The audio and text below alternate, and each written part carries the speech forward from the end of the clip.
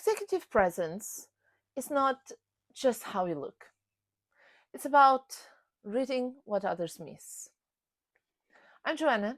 I teach social intelligence, one of the 3 pillars of the executive presence.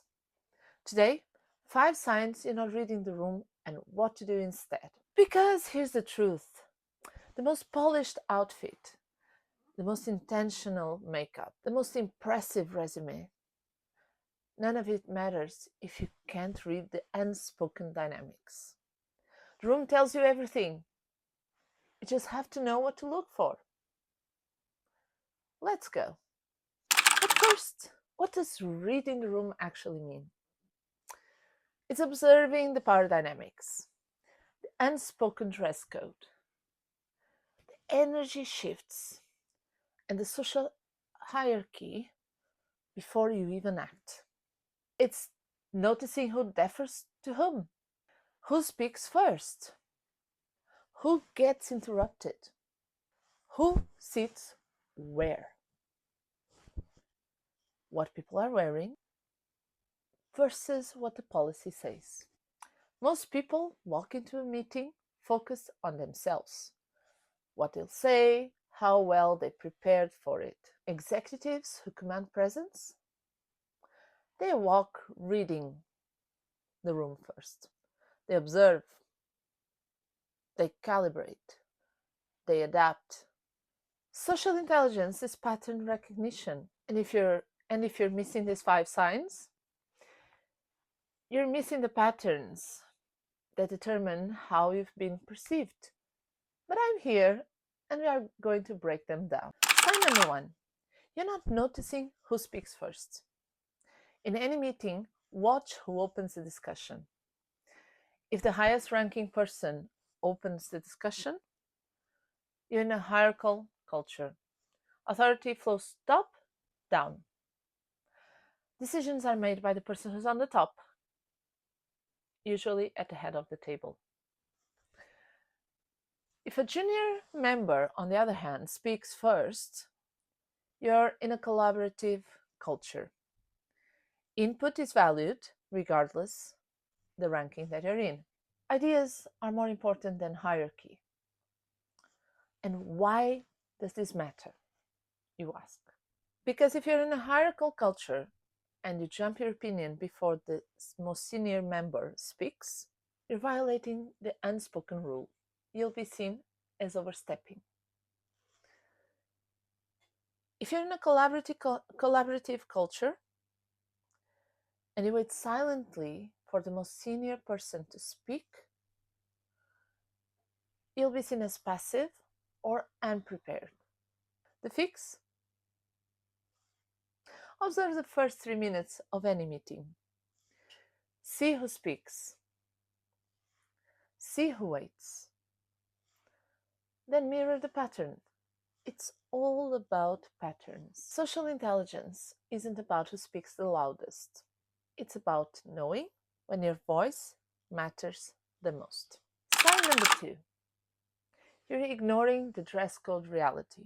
The policy says business casual. You show up in a blazer and jeans, but everybody else keeps their suits. You're underdressed. And underdressed equals underestimated. Here's what most people don't understand. Stated dress code and observed dress code are not the same thing. They don't mean the same thing. The handbook may say business casual. The reality might be that no one shows up in nothing but full suit. So what's the fix? Don't dress for the policy. Dress for the reality you observe.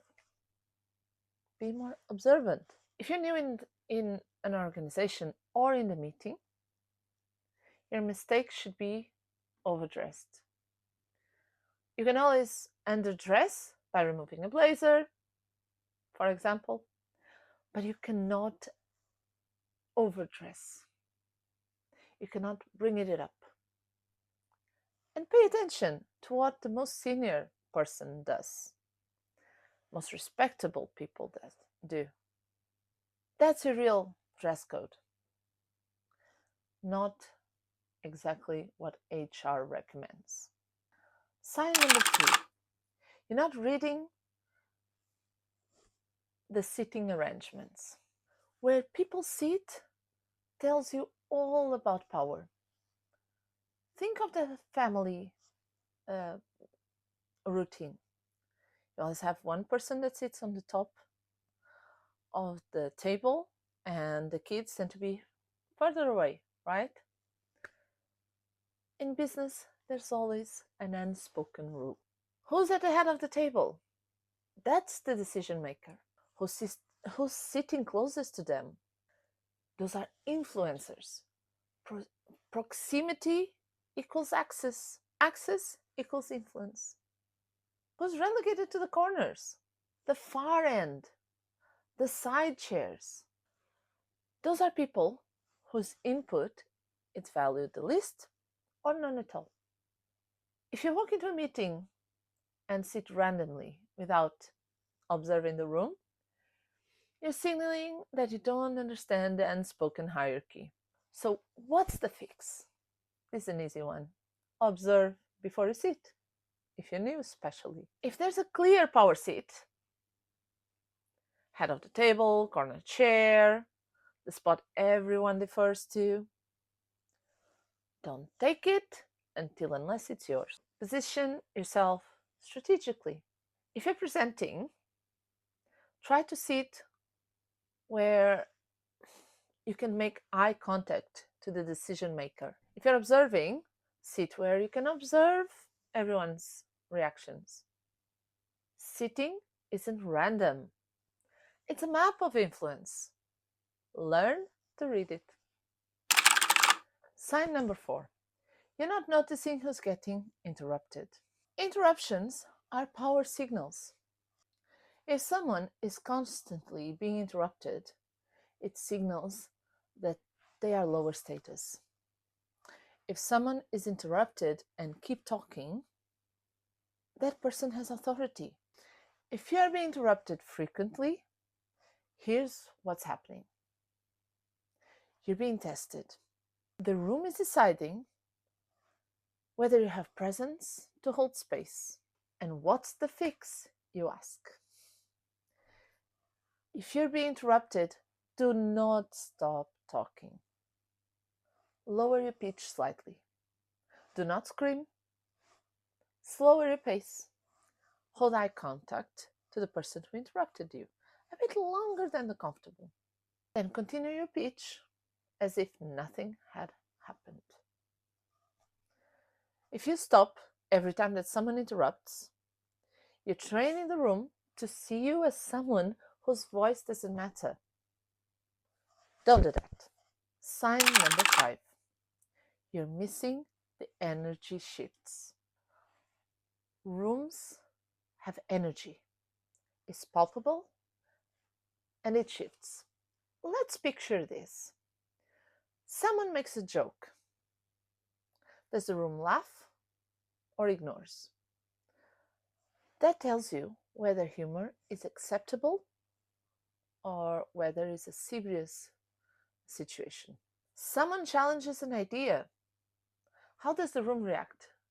Do they lean into it or do they pull it back? That tells you one thing: whether dissent is valued or whether alignment is procured. The temperature, we all felt this. The temperature dropping when someone walks in. The person has either authority or tension attached to him or her. If you're focused on your own agenda and you don't read these shifts, you're out of sync with the room. So you need to fix. And how? Pause, observe, and calibrate. Before you speak, before you act, take a beat and feel the room. Is it tense, relaxed, waiting for someone to break the silence, waiting for someone to take charge? Social intelligence is about calibration. You can't calibrate if you're not paying attention. So here we are. 5 signs. Who speaks first? Dress code reality, sitting as power, interruptions as a respect indicators, energy shifts. Reading the room isn't intuitive, it's learned. And it's one of the three pillars of the executive presence. If you want the full breakdown, visual architecture, facial intent, social intelligence, the Silent Negotiator Audit is being launched on the 1st of March. Link will be in the description box. Subscribe for more on executive presence. I'm Joanna, this is the Protocol Edit, and I'll see you in my next one.